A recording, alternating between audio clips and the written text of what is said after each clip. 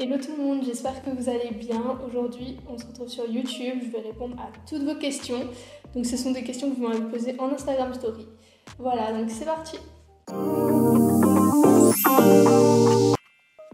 Si jamais j'ai trié les questions, tout simplement pour éviter de revenir 10 000 fois sur le sujet, c'est parti.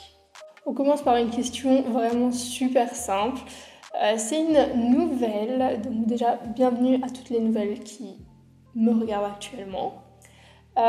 Cette dernière du coup me demande, peux-tu te présenter? Donc moi c'est Bérénice, j'ai 21 ans, 22 cette année. Je suis née le 16 août, donc retenez bien la date. Je suis originaire d'Alsace, donc du coin de Strasbourg. Mon métier actuel est influenceuse et modèle photo. On passe à la deuxième. Alors, on m'a demandé si je mangeais sainement quotidiennement. Alors, oui, ouais, quand même. En fait, quand je réfléchis, j'ai un peu tendance à dire bof parce que je me prive pas. Mais après, au niveau des repas, je mange quand même assez sainement. Je fais quand même assez attention, voilà.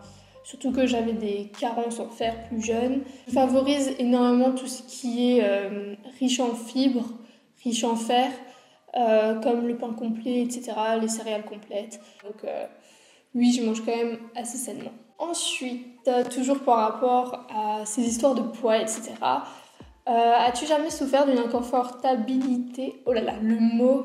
Attendez, je reprends. As-tu jamais souffert d'une inconfortabilité avec ton poids? Bon, inconfortabilité, j'ai trop du mal avec ce mot. Oui.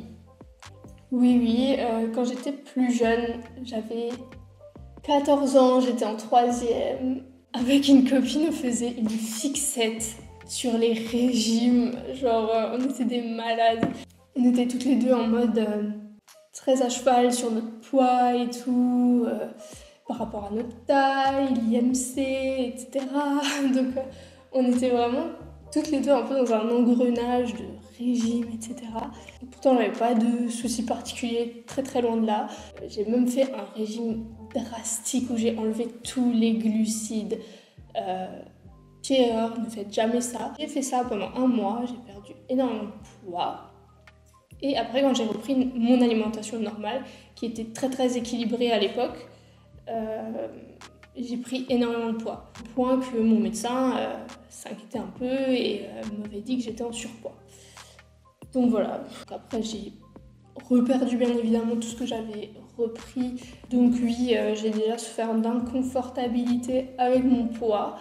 Mais aujourd'hui, franchement, avec tout ce que j'ai appris de tout ça, c'est que franchement, le poids, on s'en fout. L'important, c'est que quand on se regarde dans le miroir, on est content. Prochaine question très intéressante. Quels sont tes projets pour 2022 et qu'est-ce que 2021 t'a appris? Alors, moi pour 2022, j'ai surtout des gros objectifs. Donc tout ce qui est professionnel, donc évoluer sur les réseaux, voilà, faire un peu plus de shooting photo pour des marques. Ça c'est vraiment quelque chose que j'adore faire, donc j'aimerais plus en faire. Qu'est-ce que j'ai d'autre comme projet? Forcément un petit peu voyager, faire du sport et me sentir saine dans ma tête et saine dans mon corps. Ça va faire 6 ans avec Flo cette année. Donc voilà, c'est pas un projet, c'est plutôt pas un aboutissement, je saurais pas comment vous le définir, mais genre quelque chose pour lequel on est quand même très content et très fier. Je crois que je vous ai tout dit. Ensuite, pour la deuxième question, qu'est-ce que 2021 m'a appris? C'est de ne pas faire confiance. Ne pas plus être trop gentille, parce que je suis une personne extrêmement gentille, mais genre c'est carrément un énorme défaut. Y a énormément de personnes qui ont profité de ça chez moi. Professionnellement en tout cas, je sais à quoi m'en tenir aujourd'hui, je sais que je n'ai plus à être aussi gentille. Ensuite on passe un peu à tout ce qui est scolaire. Alors pour ceux qui me suivent depuis longtemps, j'en ai déjà énormément parlé. On me demande c'est quoi mon parcours scolaire. J'ai fait un bac ES que j'ai obtenu à 4 points de la mention bien. Je l'ai encore là. Ensuite, j'ai fait un DCG, donc c'est diplôme de comptabilité et de gestion. En gros, c'est une licence de comptabilité et de gestion. Ma première année en initiale, qui s'est plutôt bien passée. Et ma deuxième et ma troisième année en alternance. Ma deuxième année, au niveau des cours, ça se passait moyen. Au niveau de l'alternance, c'était horrible. Et la troisième, au niveau de l'alternance, c'était super bien. J'avais un patron génial. Et au niveau des cours, j'ai totalement lâché à la fin. Je suis pas allée aux examens tout simplement parce que j'avais des problèmes personnels. Moi, le DCG, que je l'ai ou pas, ça ne changera rien à ma carrière étant donné que je ne compte pas travailler là-dedans, même dans 10 ans. Je compte pas me servir de ce diplôme, mais je suis quand même contente de l'avoir fait parce que j'ai appris tellement de choses qui me sont utiles aujourd'hui dans le cadre de mon entreprise. Et voilà. Bon, même si c'était éprouvant, horrible, tout ce que vous voulez, je suis quand même grave contente de l'avoir fait. Donc voilà pour le parcours scolaire. Ensuite, on m'a demandé qu'est-ce qui ne me plaisait pas dans le monde de la comptabilité. Les gens. En soi, le métier, il est un peu ennuyant, hein, on ne va pas se le cacher, c'est un peu ennuyant. Il n'y a absolument rien d'excitant à écrire des chiffres toute la journée. Après, c'est quand même sympa parce qu'on utilise beaucoup nos connaissances. Mais voilà, moi, c'était beaucoup les gens, en fait, qui pourrissent totalement ce domaine, ce secteur. On voit les gens qui travaillent là-dedans, qui sont aigris, méprisants, méchants, et surtout les femmes. En fait, en tant que femme, moi, j'avais pas envie de ressembler à ça. Une femme qui a aucun scrupule à te rabaisser jusqu'à que tu te sentes comme de la merde, en fait, tout simplement, ça donne absolument pas envie. Moi, c'est pas du tout mes valeurs, ni mes principes. Donc si c'est les leurs, voilà, chacun ses principes, chacun ses valeurs. Moi, ça me correspondait pas. Le métier m'ennuyait en plus de ça, donc ça ne sert à rien de s'acharner dans ce domaine-là, quoi. Ensuite, j'ai une question intéressante. C'est pas un petit peu effrayant de stopper l'école pour te consacrer à Instagram à 100%? Alors moi, j'ai pas stoppé l'école parce que j'ai quand même fini mon diplôme, même si je ne vais pas aller aux examens à la fin. J'ai beaucoup d'expérience professionnelle, surtout une dans le cadre de mes études, une autre qui n'est pas vraiment dans le cadre de mes études. Et puis après, je crois que j'ai fait 8 jobs d'été, ou 7, je sais plus. J'ai quand même un gros bagage. Et je pense quand même fait pas mal d'expériences pour savoir que je voulais pas être salariée et que je voulais vraiment être à mon compte et que personne me dise quoi faire, quoi. Après, ce qui peut être effrayant, c'est quand tu as des mois qui sont un peu plus mous que d'autres. Forcément, là, tu te poses des questions, tu te remets pas mal en question. Mais bon, c'est un peu le jeu, quoi. Quand tu es à ton compte, c'est que il y a des moments où ça ira pas, il y a des moments où ça ira, mais il faut faire avec. Donc oui, c'est un petit peu effrayant, mais quand tu sais ce que tu veux, tu te donnes à fond et tu te donnes les moyens pour y arriver. As-tu toujours envie d'être influenceuse? Je pense que si j'en avais plus envie, j'aurais arrêté. Mais moi, franchement, je kiffe mon métier. C'est même pas forcément pour le fait on se lève à l'heure qu'on veut, on fait ce qu'on veut de ses journées. C'est plus le contact. Moi, je suis pas contact physique, forcément trop, un petit peu, mais ça va, quoi. Genre normal. Mais c'est vraiment le contact, la discussion que je kiffe de ouf. Après, il y a aussi tous les avantages.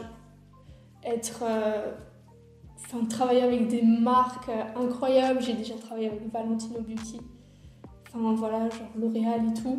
Et c'est vraiment une grosse satisfaction de se dire qu'on a été quand même repéré et tout. Après, quand tu reçois des cadeaux des marques, t'es tellement reconnaissant et tu te sens trop bien, t'es trop content, quoi.